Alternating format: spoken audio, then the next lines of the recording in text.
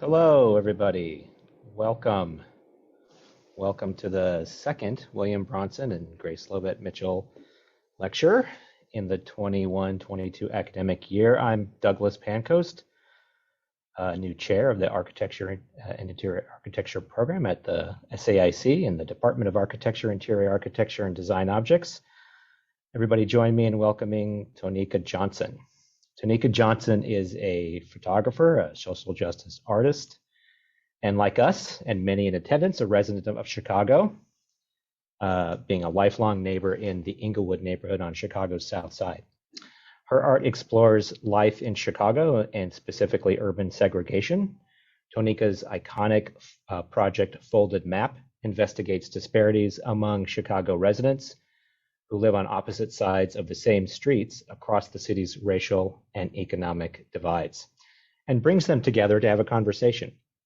So the project made possible in part due to the infusion of the Jeffersonian grid in the city's planning, where long streets following cardinal direction cut through places of diverse demography, if not topography. Folded Map debuted as an exhibition in 2018. Since then, Tonika has transformed Folded Map into an advocacy and policy influencing tool that invites audiences to open a dialogue about how we are all socially impacted by racial and institutional conditions that segregate Chicago. In 2020, Tonika formalized Folded Map into a nonprofit organization where she serves as the creative director. Tonika is the co-founder of the Inglewood Arts Collective and resident association of Greater Inglewood, which seek to reframe the narrative of South Side communities and mobilize people and resources for positive change. Mobilize people and resources, fundamentally that describes an active element in architecture, mobilizing people and resources in order to make places appear in the world. Being present is important in what we do. Driving questions then are, in what way is knowledge developed, is skill honed and media produced and technique refined in architecture towards that end? We're quite interested in what role teachers and practitioners of design for constructed environments play in the projects like Tonika has presented. Relative to being present, Tonika preferred, and we agreed that her talk should happen on the SAIC campus, even when it's difficult to do so. Notice that she'll be presenting from one of our classroom spaces, a grad design studio, with a small set of students in attendance. So for follow-up Q&A sessions, please submit your question online in the Q&A section of the Zoom event that you are attending, and I will read them and moderate the time spent on each question at the end of Tonika's presentation. So now Tonika is working on her newest project, Inequity for Sale, which highlights the living history of Inglewood homes sold on land sale contracts in the 1950s and 60s, which we'll learn about today in her talk. So without further delay, please welcome Tonika Johnson. Hey, hi everybody. If you all don't mind that logged in on Zoom, I'm actually going to be looking at everyone that's here in the classroom. So today I'm going to be talking to you all about my Folded Map project. This project has actually connected me with a lot of different sectors, not only design, urban planning, policymakers. And so I am really hoping that we can have a conversation on what you all get out of understanding my work and how we can think together on how the built environment really does influence personal interaction and ultimately puts a timestamp on history. So in order to get into that conversation, I'm going to share with you, fancy, what Chicago segregation looks like. In order to really understand the disparity and inequities in Chicago, you have to look at our city from a macro level. And racially, this is what Chicago segregation looks like on our grid map. The pink purplish that you see on the map, that's the north side. Those are the neighborhoods that are predominantly white. The bluish that you see on the map is the south side. Those are the neighborhoods that are predominantly Black. And then the orange that you see speckled in between, those are the neighborhoods that are predominantly Latino. And the neon green that you see in the center, which is very close to where we are, and also throughout the top, those are the neighborhoods that are predominantly Asian. The reason this is so interesting is because Chicago is literally the most segregated city in our country. And although there are other cities that have kind of the same patterns of segregation, ours is legacy. It does not change at all. It actually only deepens. So that's what makes us very unique. That's why I'm really excited to talk to you all today. And I really want to share with you all my folded map project that aims to bring the pink purplish part of the map and the blue part of the map together. So I'm going to hope that this this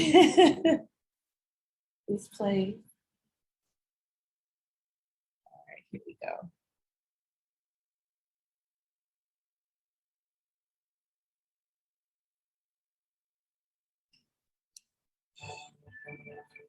Our series of more perfect union aims will show that what unites us as Americans is far greater than what divides us. And this morning, we're showing you a new approach to bridging divides in Chicago. Neighborhoods from the city's north and south sides are banding together to take on some very deeply rooted issues. The differences between these communities, they are stark. But as Adriana Diaz shows us, together they're tackling segregation and the inequity that comes with it. Yeah, I think Chicago residents Annette Tucker and Wade Wilson share a love of gardening and craft beer. That would be kind of cool. They're like neighbors, sort of. Wade is called your map twin. Why are you guys twins? We're twins because when you follow the map, we touch one another on the map, north and south. Like many cities, Chicago is a grid with many streets spanning north to south. If you fold a map of the city in half, you can match addresses on the north side with the same block on the south side. You lived all your life never thinking you had a twin. They live about 15 miles apart, but Wilson and his wife Jennifer live in the majority white north side neighborhood of Edgewater, while Tucker is in the mostly Black south side neighborhood of Englewood. How would you explain the differences between both of your neighborhoods, which are essentially equidistant from the center, but we're all apart in many ways? It's very clear that neighborhoods primarily on the north side have had more investment. Everything from street lighting, grocery stores, restaurants, was plentiful on the north side, and it's not here. It's almost like you feel a light come on at a certain spot when you're going north. And when you're coming back south, you can feel the gloom that's upon us in Englewood. Curiosity. They met through Tonika Johnson, a social justice artist who grew up in Englewood, a community often in the news. Two mass shooters shot in that shooting claims the life of a 15-year-old boy in West Englewood. Ms. Johnson created the Folded Map Project, which includes this film, to change the conversation. She contrasts how the same street, like Ashland Avenue, they look very different. Looks on the north side, the sidewalks, and the south side, the maintenance of the building, none of which have anything to do with gun violence, only disinvestment. Chicago's segregation is due in part to racist policies like redlining, where banks would designate properties in minority areas, delineated in red, as too risky for mortgage lending, excluding Black Americans from a primary pathway of building wealth, homeownership. We have neighborhoods that are predominantly Black that have low homeownership as a result of the discriminatory practices. Businesses less, so you don't have a business corridor, so therefore you don't have jobs. And now the school decided to fail because they aren't properly funded. The solution: bring the North and the South together with map twins. It can feel so overwhelming to try to take on systemic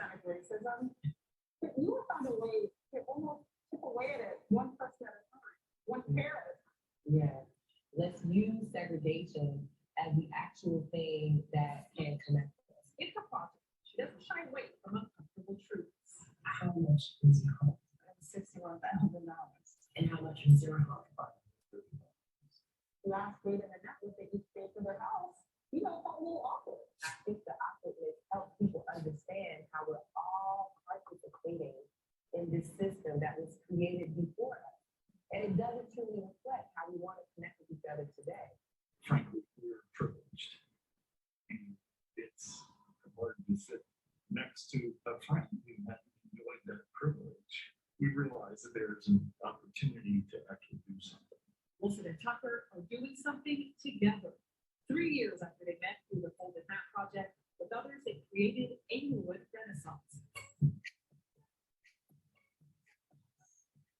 Beautified parts of Englewood, and is now focusing on increasing homeownership here, creating a community together. The economics might be different, the neighborhoods might be different, but the core of who I am is pretty much the same as Wade and Jennifer. I want the same things they want. For CBS This Morning, Adriana Diaz, Chicago. This is such an important story. Yes. It's such an important story. You have the same street with the different economic values and why that's happened. The And difference in the numbers, Anthony, Yes. 61,000 versus 500,000 plus. But it's a perfect example to show that story on the same day that we did the 110 project. yes, Because it shows you that it starts there. yes. And that's why this disparity and pointing out the disparity, because I know there are many white people that can say, well, I don't have the privilege either. This is not ancient, it's not ancient history. No. It's the legacy of these practices from the mid-century are with us today, and they will continue to be with us because the value of these homes is the value of these homes. Yeah. And the question now, as we become aware of it, is what are we going to do about it? And recognizing that it is an issue. Yeah. Is a major Well, and problem in this country. as long as that economic disparity continues to exist, we will have these different. So much more than planting a garden together. It's very lovely, but it's so much more. Well, I'm going to show you the power of planting a garden together. So, you know, it is so much more, but this is really what's required. People have to start connecting. It's very clear that segregation persists in Chicago because our laws and policies haven't gotten us here. And I personally believe that the missing ingredient is us making segregation a personal issue, not being able to understand how our personal lives, our social networks are all influenced, especially in Chicago, by this history of segregation and the experiences we have based off of the lack of investment and the built environment. And so before I share with you all Wade, Annette, and Jennifer's little garden, I want to ask you all a question. So by a show of hands, and everybody that's online, you could just drop a comment in the chat. By a show of hands, how many of you all have been told to not go past 35th Street or go to Chicago's South Side? Okay. That's a nice amount. And when we wonder how Chicago's segregation persists, it's not just because of the historical aspects. It's through those conversations. Advising people not to go to a particular part of a city, which is a huge part of the city, really does have an economic impact. That economic impact will ultimately influence the infrastructure there. What goes there, what stays away, how it's valued, the development that will or won't occur. So I'm going to share with you Wade, Nanette, and Jennifer's experience of bringing their blocks together and expanding the project beyond anything I could have imagined.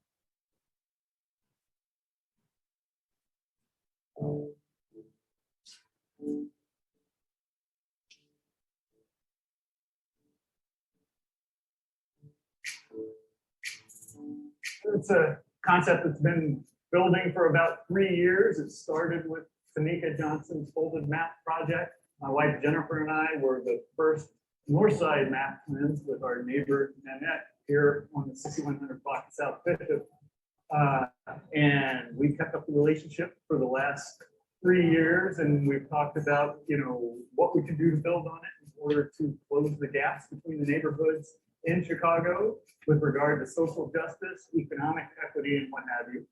We started talking about putting a group together and somewhat modeling after Tonika's folded map. We decided that we wanted to do like block plans.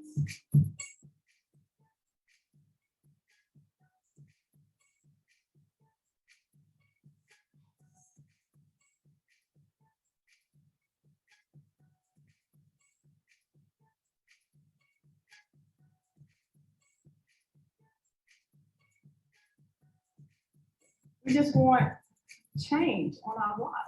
We want to matter on our block. We're gonna plant flower boxes at the corner, entering into the 6100 block on Bishop. Some of the elderly neighbors want flowers in front of their house, so we're gonna dig up and put flowers in front of their houses. And we just coming together as a community from the north side and the community from the south side to bring one community together. We're doing a beautification project just to get people from the north side and the south side together, working together to help beautify the block where the residents of this block want it to be beautified. My hope is that we'll have broader conversations about how we can support one another, think about why our blocks are similar and different, and what are the systemic issues that might drive that difference.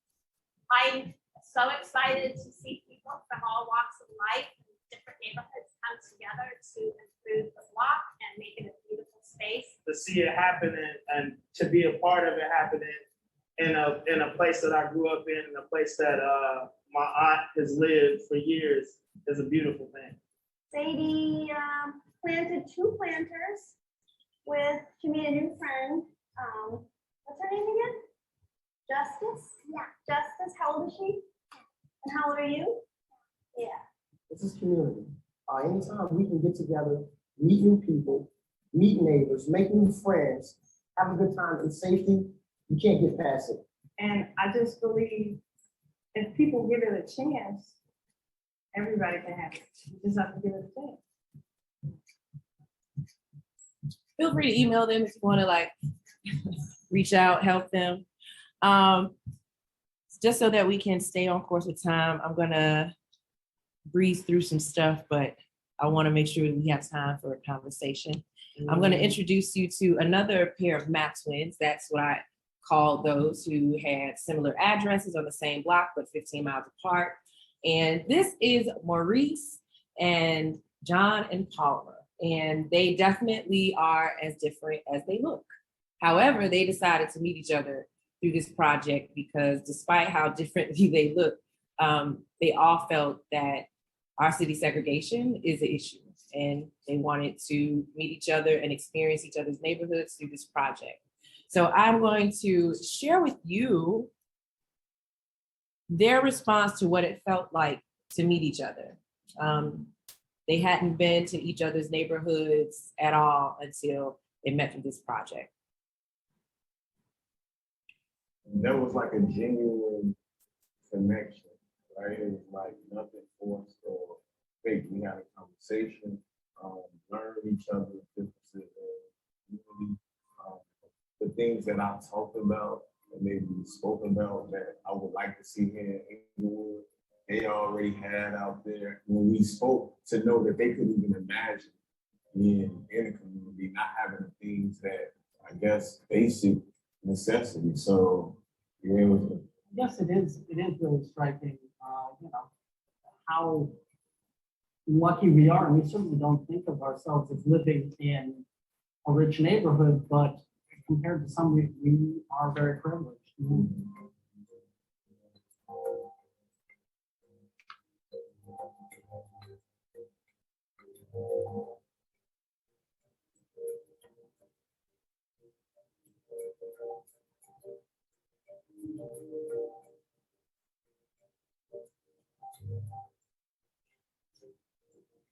So for those of you all who were advised to not go to the South Side or West Side of Chicago, you being aware that many Chicago transplants have been given that advice.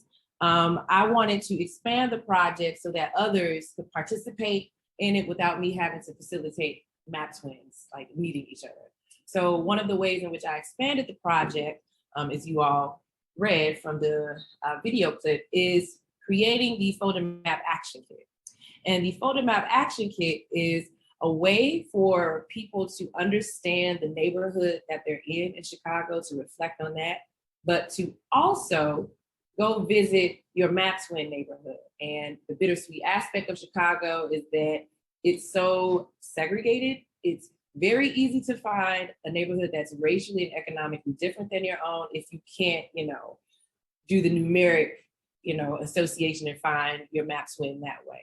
So the workbook includes all of those questions that ask people, what do you like about your neighborhood? Why did you move there?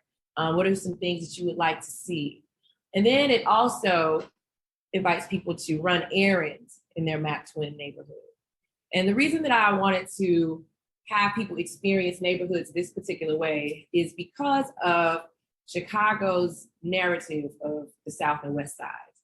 If you visit the South and West Sides of Chicago, you're already going there with, some stereotypes, things that have been projected onto you of what these neighborhoods are. So the only way to kind of cut through that is to really understand what residents experience in that neighborhood. And so the best way I figured that people could do that is to do what we do when we travel out of the country. We always want to go where the locals go. Let's hang out and see what they're doing. So why not apply that to our own city? So the workbook includes errands that people should run in their map twin neighborhoods, errands that speak to each sector and how those sectors treat neighborhoods differently. Like, go buy lotion. Go buy some lotion. You'll be surprised at how different that experience is. Go take out $20 at an ATM, see what that experience is like. Go visit the local library, the post office, those kinds of things. Go buy an organic apple.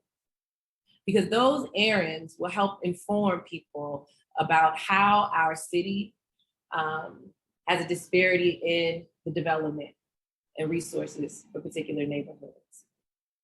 And so if you would like to receive this beautiful folder, you can go to my website and sign up to get one, and I'll mail it to you for free, just long as you do the exercise and share it back with me. And also that is the third step, not only having people participate, but having them share back their experiences. So that's something that is really important to me as well. So hopefully once enough people populate the sharing back experience, then I'll be able to transform that into some kind of project. So I know probably at this point, normally when I give a presentation about folded map, the immediate question in the Q&A is, how did you come up with the project? So I am going to share with you a clip of the folded map film that explains how I came up with this project, because for those who even ask that question, the question itself also suggests, your understanding of the city, because there's a huge population in Chicago that they wouldn't even ask that question. They already know how I created this project. So for those that don't, and this is your question, I am going to go ahead and share with you the origin story of Folded Map, because you won't really be able to understand the neighborhood or the city that you live in if you do not understand how the neighborhoods within that city are in relationship with each other or not. And so here is how I became familiar.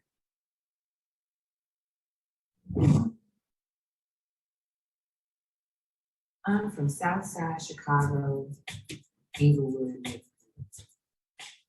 I'm sure the words you've heard describe Inglewood include Black, dangerous, poor, gun violence. However, Inglewood is where I grew up and still live. Before I tell you about Folded Map, I'd like you to think about how you came to live in the neighborhood that you live, or where you live now. What influenced your decision? Who did you talk to?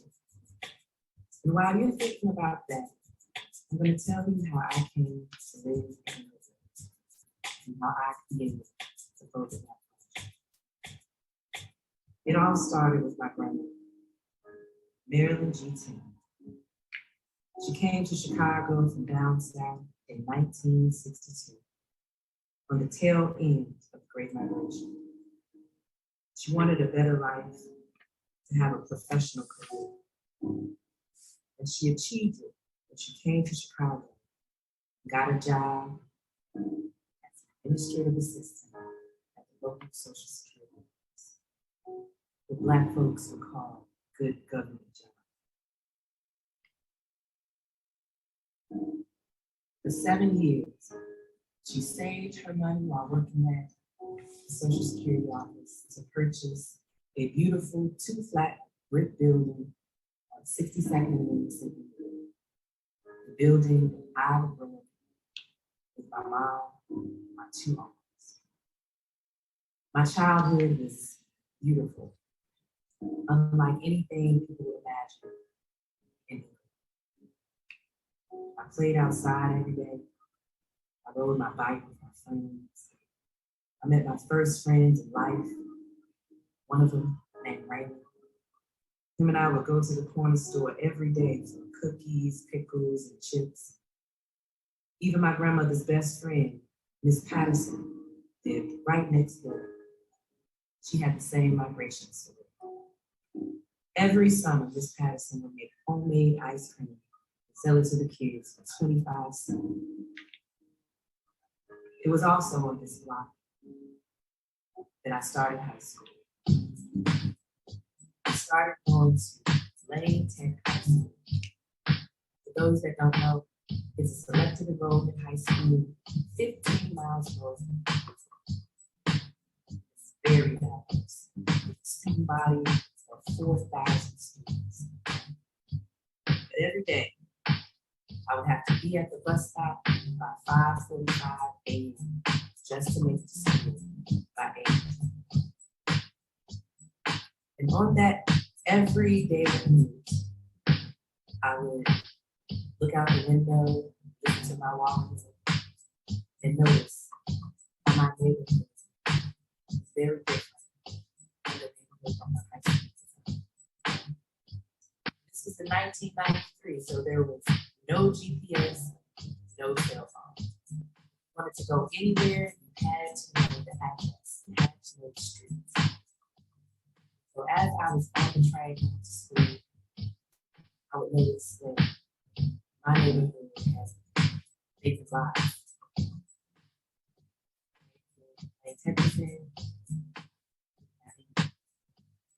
My neighborhood had hundreds of storefront churches. It was fun. My neighborhood had so many beauty supply stores. I didn't see any of them. And I would always wonder, why is that? There's also one detail that I paid extra. The streets. I noticed that the streets were named the same in Inglewood and also 15 miles north of the neighborhood at my high school. Streets like Nash, Line, Walcott, West. Even though those streets named, they were complete. But the real fun came once I got to school. I met kids who I felt were reflections of me, but from all over the city, from neighborhoods I had never even heard of. I had a friend named Steve Jakevich. We had algebra class together.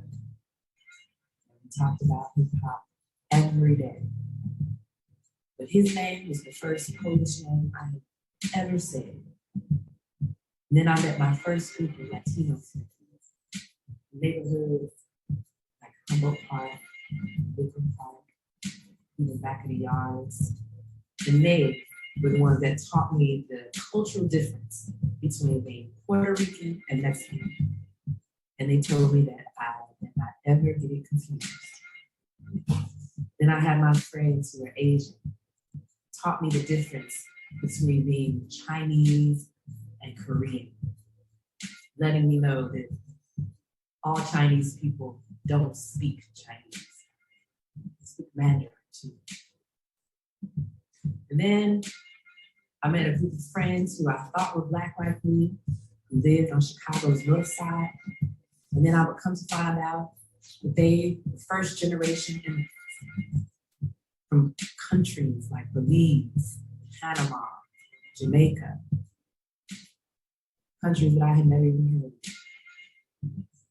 And then there were the friends who were Black like me, but from a whole nother side of the city called the West Side. I didn't even know what the West Side was. And they specifically told me it's from Cicero to Laramie and Laramie on down. Then I have my friends who were Filipino. I mistakenly thought they were Latino. And they were the ones to tell me, no, we are not. This is what we did every day for 4 years, getting to know each other's culture, each other's neighborhoods. And at this time, hip hop was thriving in Chicago. So we went to hip hop parties all over Chicago, getting to know each other's neighborhoods. And we quickly learned that the way that you truly get to know a location is through your friendships, through your relationships. But we also realized how segregated Chicago is. This map that you're looking at is what Chicago's segregation looks like. Chicago is one of the most segregated cities in our country. And it's been that way since before my grandmother came. The blue that you see on this map, those are the neighborhoods that are predominantly Black. The pink, purplish that you see, those are the neighborhoods that are predominantly white.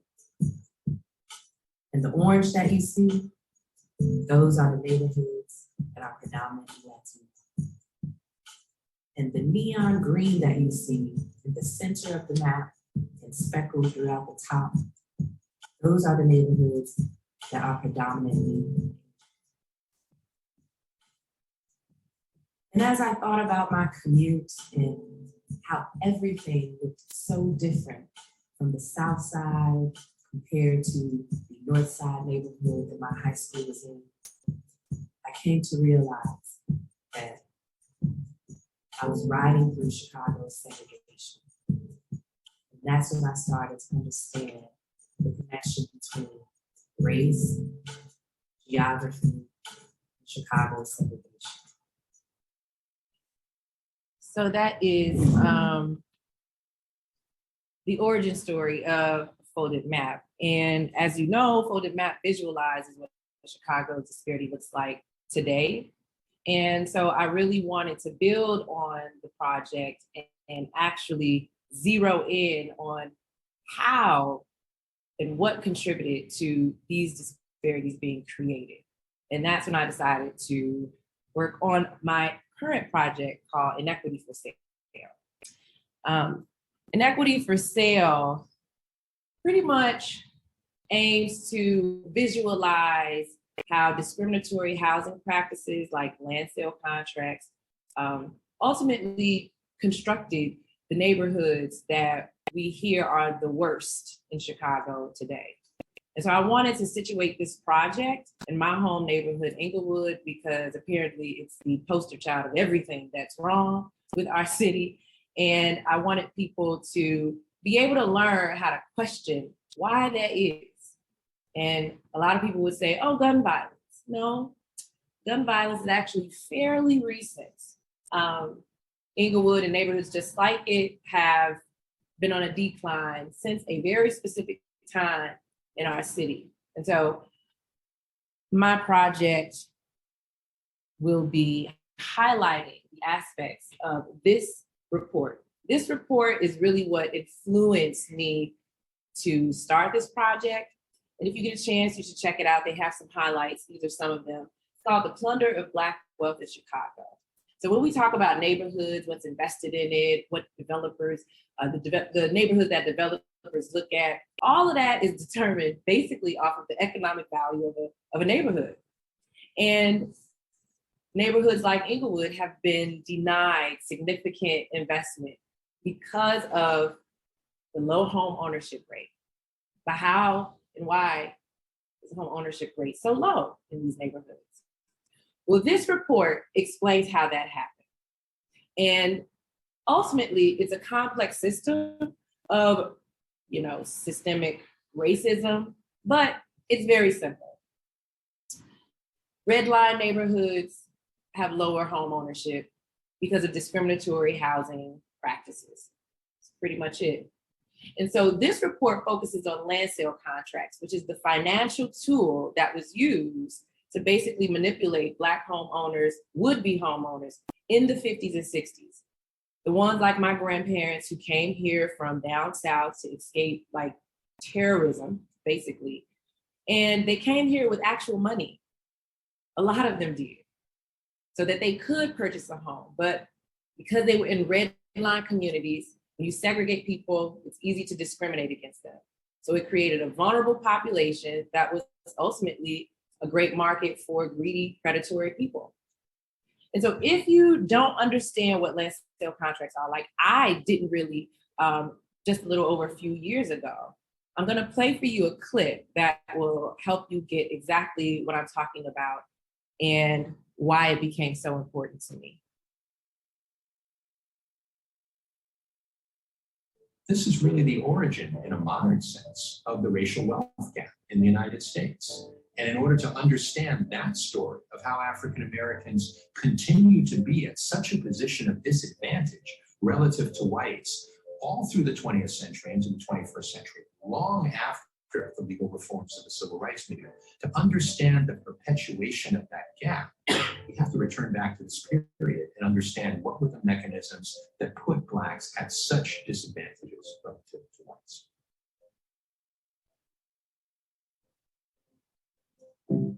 Like many Americans, Sally and Albert Bolton aspired to a home in the suburbs or a better neighborhood inside the city. But in the 1950s, those options weren't open to Black families. So they made a down payment on a house in what was called Chicago's Black Belt. For 2 years, they met their monthly mortgage payments on time. Then one day, they received an eviction notice for being late. One time on one payment.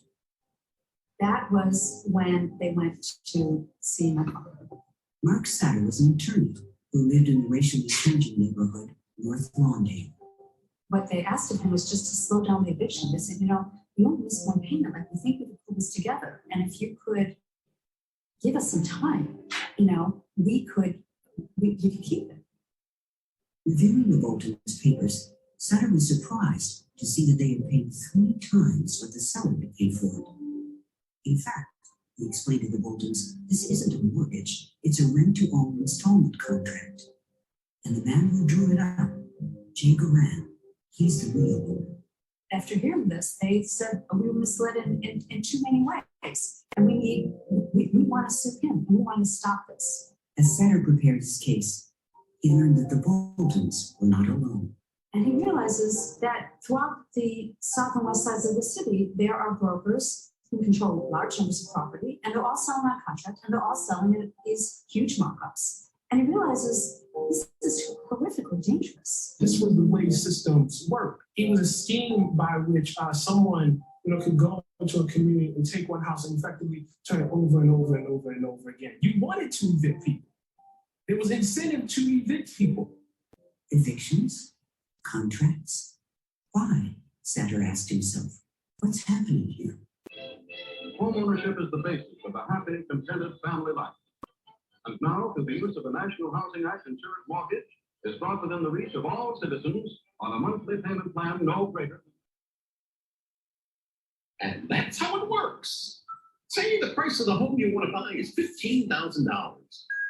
You make a down payment of $2,000 and the bank lends you the balance, which you pay off at $110 a month for the next 25 years. Part of your payment goes for interest. That's what the bank charges for loaning you the money. The rest pays down your loan. That's your share of the house. With every monthly payment, your share of the house grows. That's called equity. What if you decide to move? You simply sell the house and keep your share. And if the house increases in value, you keep that too. This is how America's building its middle class. And individual families are building wealth, their financial nest eggs. I know, that's how I bought my house. But that's not how Black people are treated. Let me show you. It starts with speculators, also called blockbusters. They go into a white neighborhood and knock on doors, telling white homeowners that the blacks are better sell now because the value of your house is going to drop if you don't. I can see your house is worth $15,000, but I'll give you $14,000. Scared, the white homeowner sells. Within days, the speculator hikes the price of the house and sells it to a Black family for $27,000. The buyer makes a down payment of $2,000, is obligated to make payments of $252 a month. So why would anyone buy a house at such a high market? Because white-owned banks refuse to make loans to Blacks, especially if they want to move into a white neighborhood. Desperate for a home and having no other options, they go to the speculator. The speculator draws up a contract. You think it's a mortgage, but it's not. A contract doesn't include equity until it's paid off in full. Nada, nothing, no equity. See, it's right there in the small print. Just check the box and sign your name to agree. So what if you want to move after living in the house for, say, 10, 15 years? You lose everything. Remember, you don't have equity. You don't have a nest egg to borrow for your child's education, to make home repairs or pay for medical emergencies. And like the Bolton family, you miss one payment and you're evicted. There's incentive to evict the buyer so the speculator can keep all the money the family's paid and then resell the house to another buyer. Since the Boltons came, we have seen court records of hundreds of evictions on this model. Families on both sides are being built so that the speculators make a fortune buying low from whites and selling high to Blacks. Federally insured mortgages for whites, price gouging contracts for Blacks. You see that this is going to do Chicago's Black families and its neighborhoods. Well, Inglewood, Lawndale on the west side, Garfield Park, that's what it does to neighborhoods. This is a map of Greater Inglewood, which includes Inglewood and West Inglewood. Together, those two neighborhoods are the third largest neighborhood in Chicago. And this is the number, how many properties in Inglewood that were sold on land sale contract in the 50s and 60s. So these people never owned their homes, even though they were paying money and actually maintaining a house. So this report was the missing piece of the puzzle for me. It answered the questions that I was asking myself on that commute to high school. Why is my neighborhood like this? This is why. And of course, Greater Inglewood isn't the only neighborhood that was most impacted by this. This map shows all of the neighborhoods that had homes sold on land sale contracts. There is no coincidence that these are the same neighborhoods that we hear about on the news that people tell you to don't go to. So for me, being from Inglewood, and I found out about this, I got curious and angry. I was like, oh, well, I want to know the addresses. And so that's when I asked the lead researcher if I could find out. And so she gave those addresses to me, and I started to drive around. Lo and behold, a lot of those addresses are actually the vacant lots that I grew up seeing. A lot of those addresses are the vacant homes that still are there, like this one. Black man Willie Butler purchased this house at 6919 South Aberdeen on November 14th for $17,000. But the speculator bought it from the previous white owners, excuse the typo, for $14,000.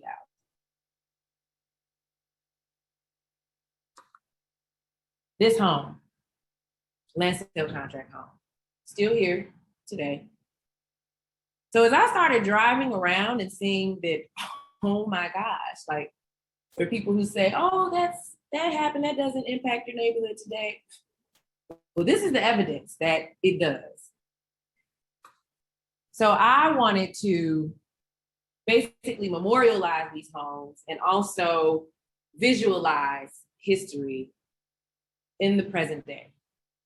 So that's when I partnered with Paola Guerin, my dear friend, who is also a teacher here, who helped me do a large scale map installation for my folded map exhibition. I came to her and I was like, we gotta do it again.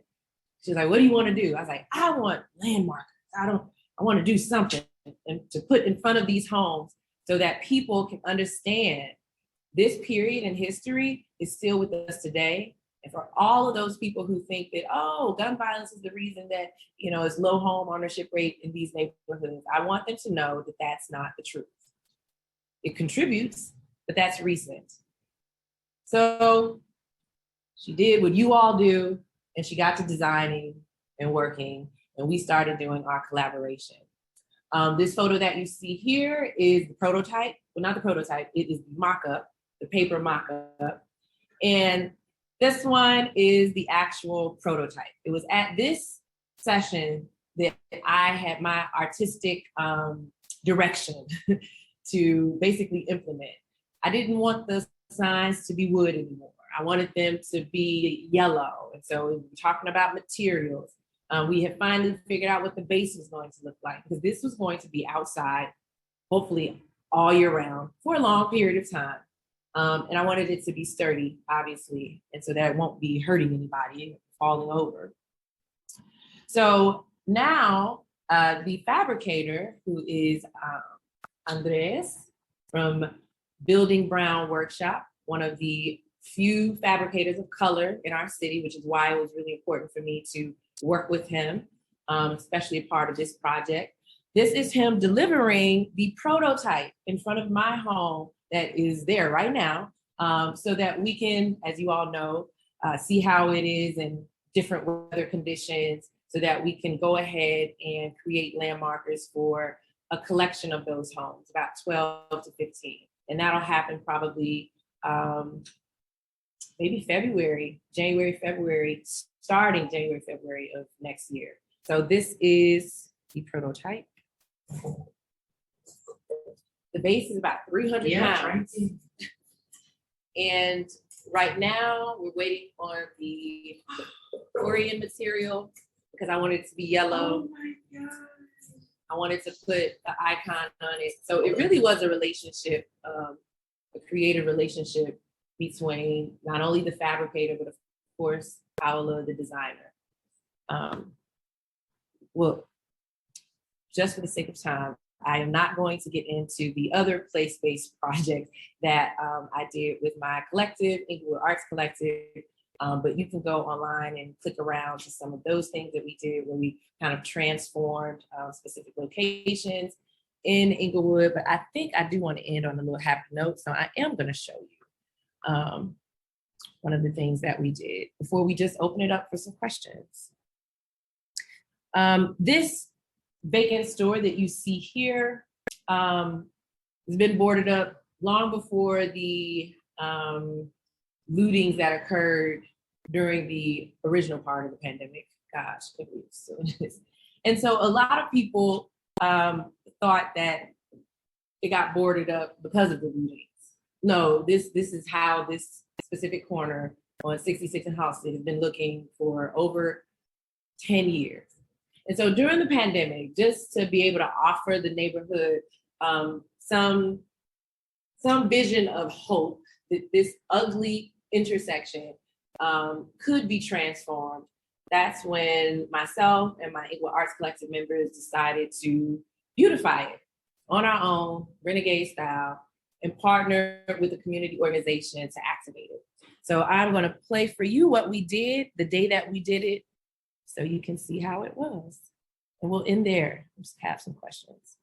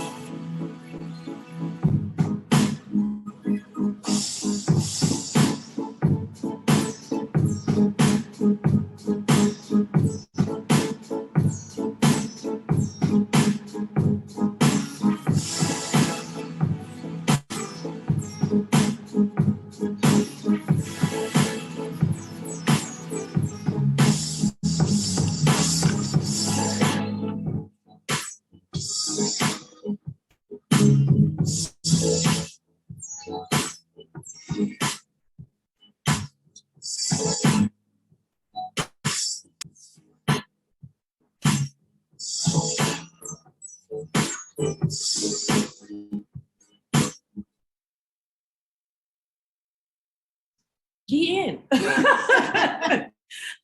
So I'm going to leave this alone. And I want to open it up for questions or comments or reflections. It doesn't have to be in the form of a question. If you just would like to share anything that the presentation made you think about, you can open up with that, or if you have an actual question. And then we'll see if some of our participants online have any questions. But I'll start with you all since I'm in front of you all. Anything? Yes.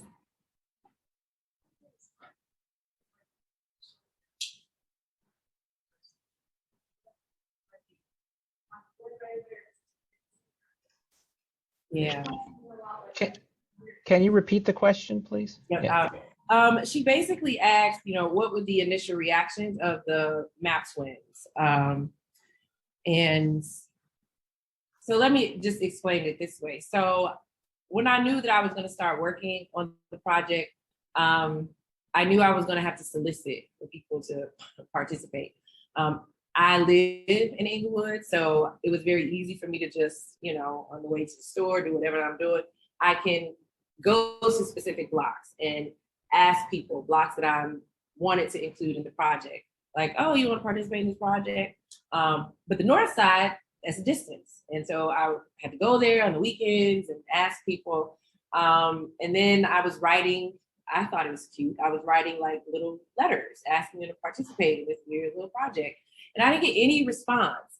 And I was getting offended by that until one day I put my handwritten letter in a mailbox and I saw someone like get it out of their mailbox and they looked like they were scared. And I was like, oh, that's creepy. Oh, it is a handwritten note. It doesn't have an envelope.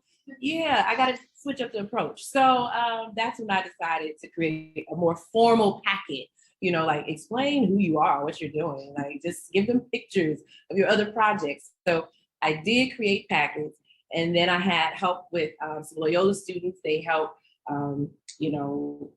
give them to specific blocks that I wanted to have participants in the project. And within a matter of like a week and a half, I started getting callbacks. And so once I got the first 10, I was like, that's it. I gotta just go with it. So when the map twins actually met each other, you have to understand they self-selected to be in this project. So they were already coming into the project with a commonality of wanting to be a part of it and address Chicago's segregation. So they were just excited to see who else, wanted to be part of the project and their map twin. They were like, oh my gosh, somebody with the same address on my block 15 miles away. So everybody was excited. As a matter of fact, a lot of them are still in communication with each other today. So once I was able to figure out my solicitation approach, that was really the biggest hurdle. But yeah, no one was apprehensive. They chose to be part of the project.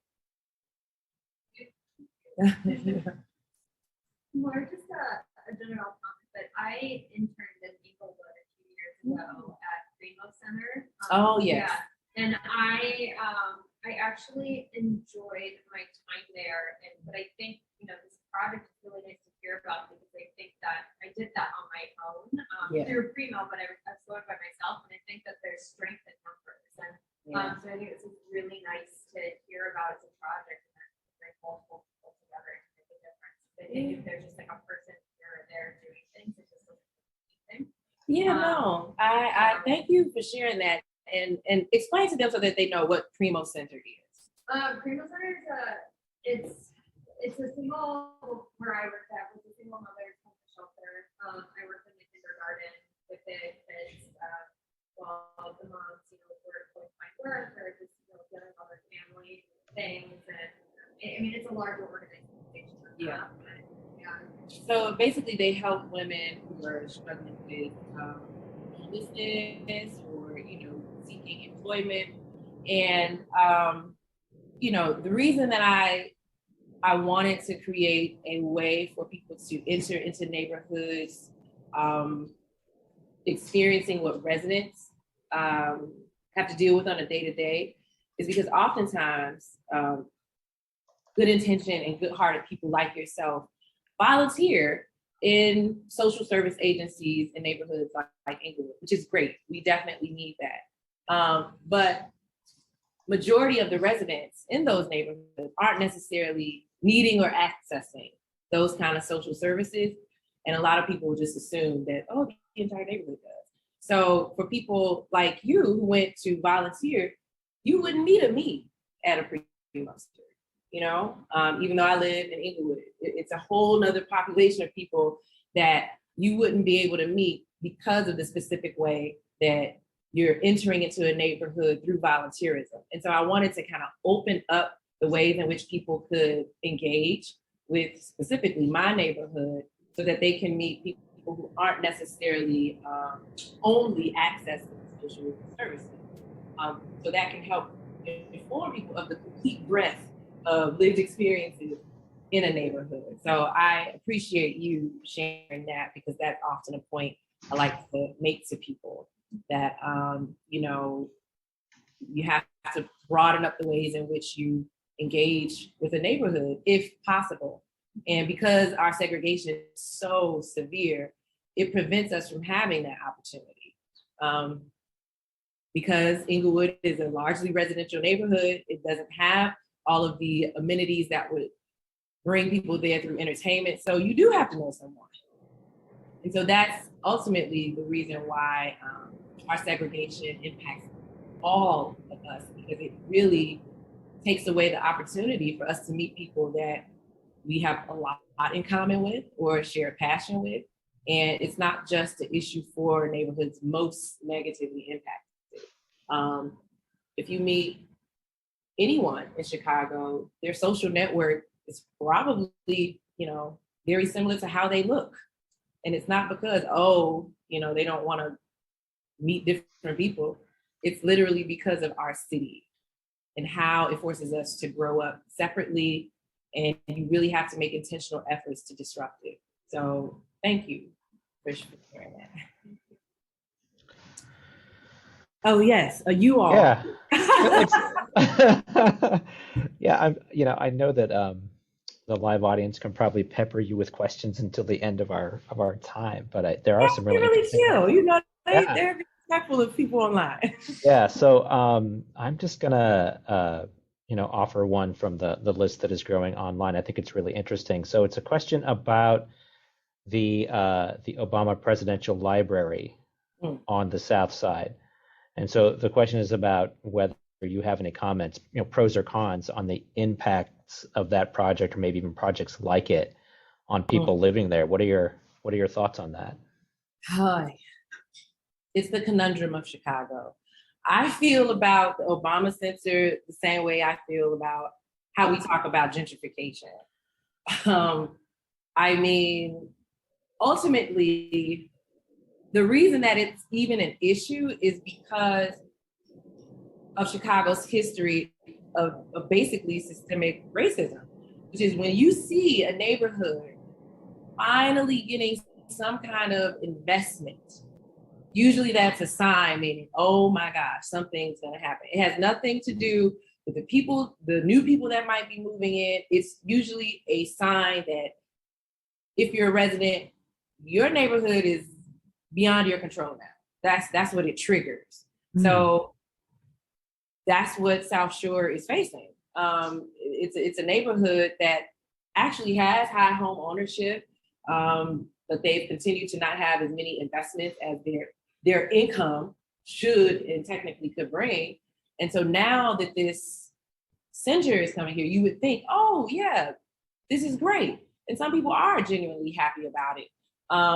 But it's going to make taxes go up, which is going to, force some people out because South Shore has a huge rental population as well. So it really is going to be a marker of, this neighborhood possibly changing, not only just with the whole civic engineering of it all. Like South Shore has a lot of one-way streets. It's very close to the lake. So people are thinking about congestion and traffic. They don't want to have the same problems that Rogers Park had. There's like no parking. So they're thinking about stuff like that. And the fact of, okay, if this is going to increase the home value, which you kind of want, right? But the people who live there, who have been invested in these neighborhoods, they're ultimately scared that they have to prepare to get out. And, it's a lot of pros and cons, and I don't really, I don't sit on one side. It's difficult, and it's something that Chicago neighborhoods will have to struggle with because our segregation is so severe, and because that segregation causes so much financial inequity, that these are the conversations we have to have when investment finally does happen in predominantly Black neighborhoods. Because the real issue is ultimately why. It's why are you investing now, and who are you investing for? So it's a conundrum. I don't know. I've been watching it, and the crazy thing is that Inglewood residents, we joke and say, well, if South Shore don't want it, we'll take it. But yeah, that's the unfortunate situation that Chicago segregation, forces us to have, that we can't even really fully celebrate something like the Obama Center coming to the South Side because of the history of disinvestment. Yeah. So yeah, we'll all be watching to see like what actually happens. The question in your answer kind of makes me think about, in your presentation, the discussion of all of the amenities that exist in certain neighborhoods but don't exist in other neighborhoods. The everyday things, certain kinds of stores, things that you do every day where you come into contact with other people, where the project it's not the heavy project of engaging other people. The project is just to live your life. And I think that, for me, the Obama Center is, it's an important investment in the South Shore, but there's also work to be done to kind of, filling in the gaps in the infrastructure of neighborhoods that allows for, everyday interactions that are more about life building and less about the kind of commemorative power of the library. No, I agree. And, the very unfortunate thing with Chicago that is just an outright truth is that investment in neighborhoods tend to happen based off of where young white professionals move. And so, unfortunately, they become the target, the gentrifiers, but really it's beyond their control too. They're actually viewed as dollar signs. So wherever they find interesting, that's where the market developers pay attention to. And so that's why it requires a lot of responsibility for those that care, who are young white professionals, to just realize that, dollars follow you. And you'll be the target in certain neighborhoods because of that. But I personally feel, need to shift blame and really hold our city accountable and the relationships it has with certain developers, because who wants to be just a dollar sign? Young white professionals really can't help that everywhere they go, the stores that they want pop up, but residents have to deal with that impact. And so it becomes this like conversation between the gentrifiers and the people who live there, when really we need to take it up just another level and come together to hold our elected officials accountable. Because investment in certain neighborhoods is not beyond residents' control, but it is. And in order to force investment in particular neighborhoods before different populations move in, we have to come together. And that's why I'm so passionate about the beauty of our city's diversity, and the fact that, we disrupt segregation in so many different ways, but there is a benefit to us disrupting it. We can figure out issues like the South Shore issue with the Obama Center, Pilsen, these wouldn't be issues if we were able to come together and fight for neighborhoods to be invested in all across the city. Like, it just makes good business sense as a city. Right. Invest fairly. You know, like why would you want 60% of your city not being a tourism place, a destination place? Like it literally makes no sense. You should want more homeowners. You should want diversity, which is what our city is known for. So I'm step off my little podium. Thank you for the question. Agreed. Yeah.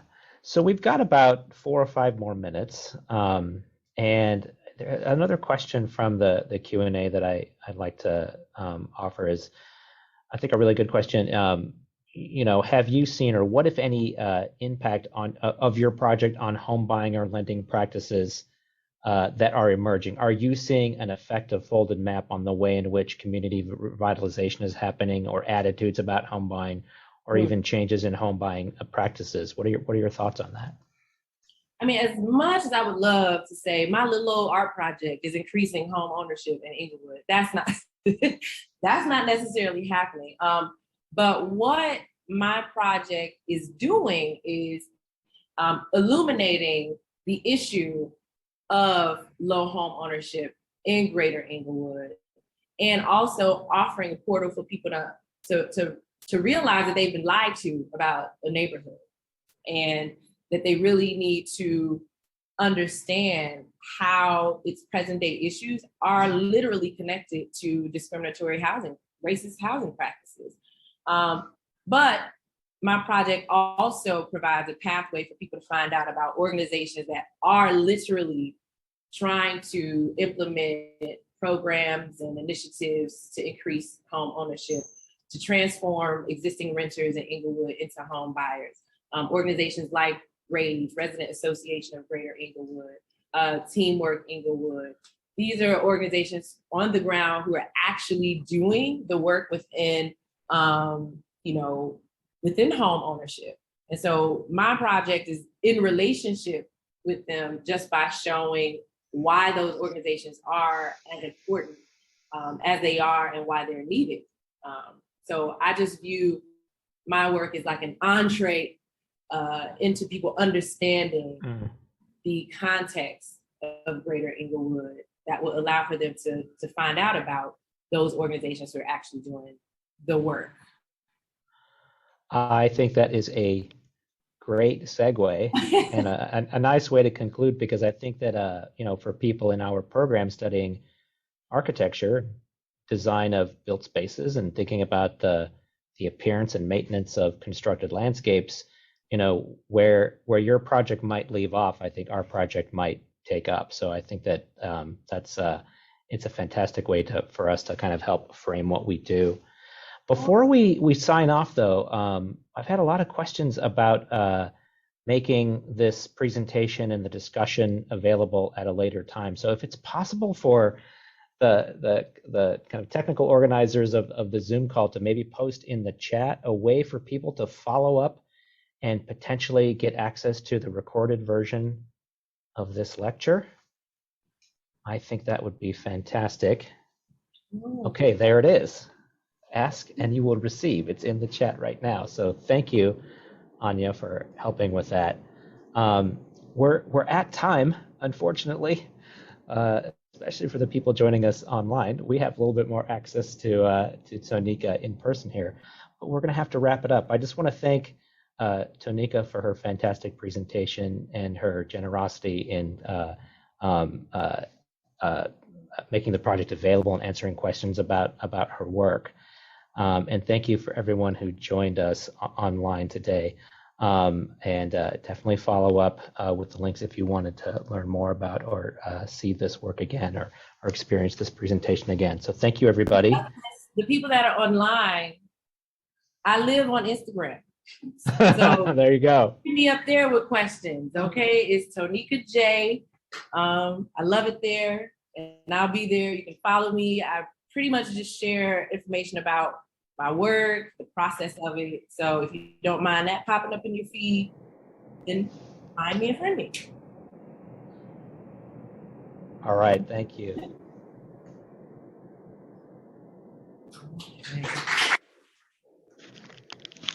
Since you always do it.